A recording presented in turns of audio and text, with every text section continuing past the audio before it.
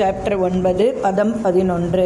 அவஜானந்தி மாம் மூடா மானுஷிம் தனுமாஸ்ரிதம் பரம் பாவமஜானந்தோ மம பூத மகேஸ்வரம். அவஜானந்தி ஏளனம் செய்கின்றனர்.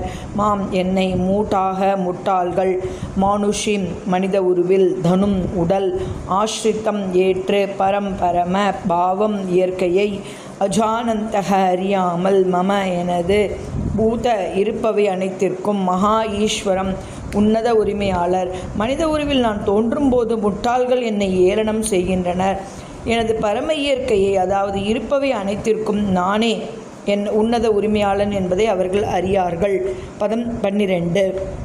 மோகாஷா மோக கர்மானோ மோக ஞானா விசேதசஹ ராக்ஷசிம் ஆசுரிம் சைவ பிரகிருதிம் மோகினிம் ஸ்ரிதாக.